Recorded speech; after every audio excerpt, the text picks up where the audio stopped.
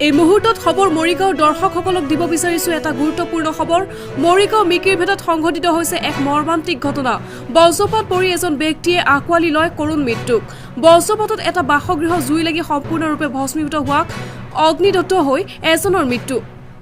পুৱাৰ পৰা হোৱা বৰষুণৰ মাজতে হোৱা বজ্ৰপাতৰ ফলতে এই ঘটনাটো সংঘটিত হয়।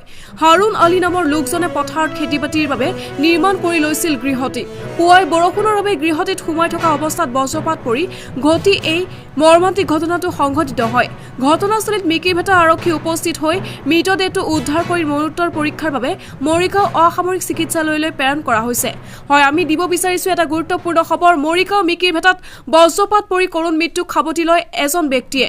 বৰষুণৰ বাবে পথাৰত থকা এটি গৃহ আশ্ৰয় লৈ থকা অৱস্থাতেই বজ্ৰপাত পৰি বাসগৃহটি ভস্মীভূত হোৱাৰ লগতে হাৰুণ আলী নামৰ ব্যক্তিজনে কৰুণ মৃত্যুক সাৱটি লয়।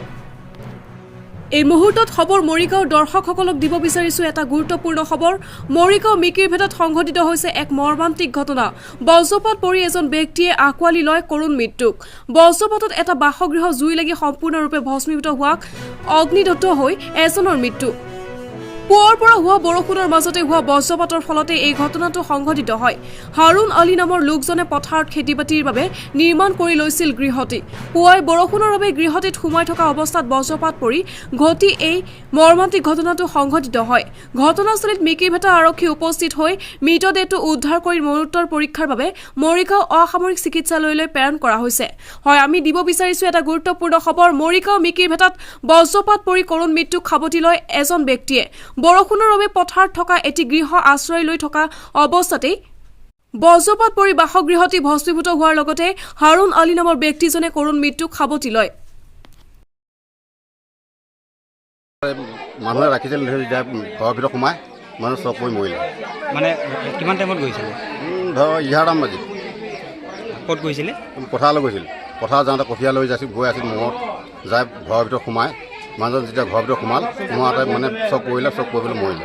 তেওঁৰ লগত আৰু কোনো নাই লগত। মানুহজনৰ নাম? মানুহজন কি আছিল? হাৰুণ আলী। বয়স কিমান মান হৈছে? বয়স 50 মান হ'ব।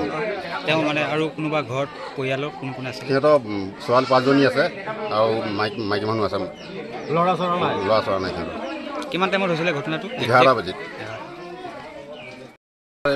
মানুহে ৰাখিছিল ঘৰৰ ভিতৰত সোমাই মানুহ চব পৰি মৰিলে। মানে কিমান টাইমত গৈছিলে? ধৰ 11টামান বাজি। ক'ত গৈছিলে? পথাৰলৈ গৈছিল।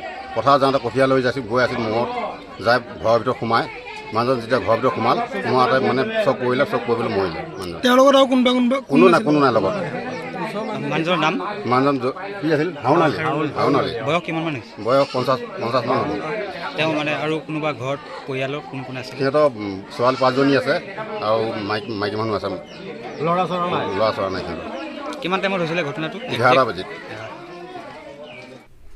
নিউজ এক্স ৰিপৰ্ট, খবৰ মৰিগাঁও।